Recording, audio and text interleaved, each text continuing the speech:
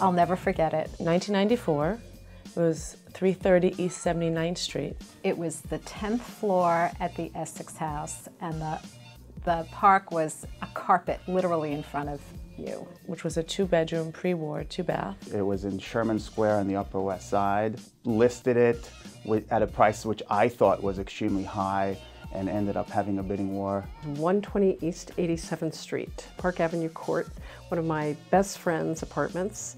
The other side did not know that it was my first deal, and I didn't tell them until way later. And I remember at the closing, the other broker said to me, so how long have you been doing this? And I said, well, it feels like forever. I never admitted it was my first deal. I had no idea what I was doing, but I acted like I've done 20 of those. I still did not have any knowledge of how to process a board package, but luckily the buyer's broker at the time was very experienced. In a really small tenement building on I think it was 10th Street in the West Village, and it was $46,000. Yeah, I'm not kidding.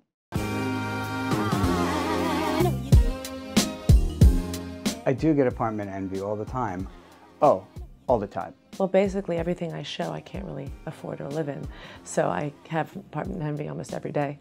You know, it's only happened once in my career. I do get apartment envy. I have one apartment on the market right now, and it's actually not a spectacular apartment, but it's a very livable, beautiful home. And you just fall in love. It's like love at first sight. There's one apartment on Fifth Avenue, a duplex that had never been renovated since the building was converted in, I think it was 1930 or something. It was extraordinary. And I probably should go ahead and buy it, but I hadn't thought about it till now you're asking me. It doesn't have to be Fifth Avenue or you know, Central Park West. I live on Central Park West, so I have a pretty fabulous apartment. But it's nice because I get to you know, walk through these $20, $30, $40 million apartments and enjoy them and spend time in them, but somebody else can pay for them. Every time I go there, it's like, I just want to buy that apartment. It's so beautiful, it's so nice, and I just want to stay as long as possible.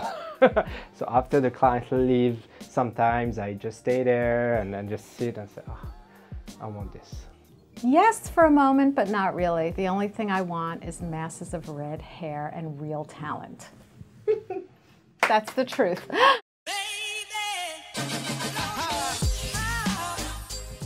I don't really care if I'm number 3 or number 4, as long as I'm in the top 10. I only love them when I rank high. Your clients really do read all that, and they want to know that they're hiring someone, know what they're doing, and is top of their field. I think the industry pays attention to them. I don't know how much the clients pay attention. I think there's some value because, you know, again, it depends on what the rankings are and how they're calculated and so forth. But I think it sets the top 10 apart from everybody else. You're only as good as your last deal. You know, I think we all have egos, and it fits our ego, I would say. Whether you want to admit it or not, everybody wants to be on that list.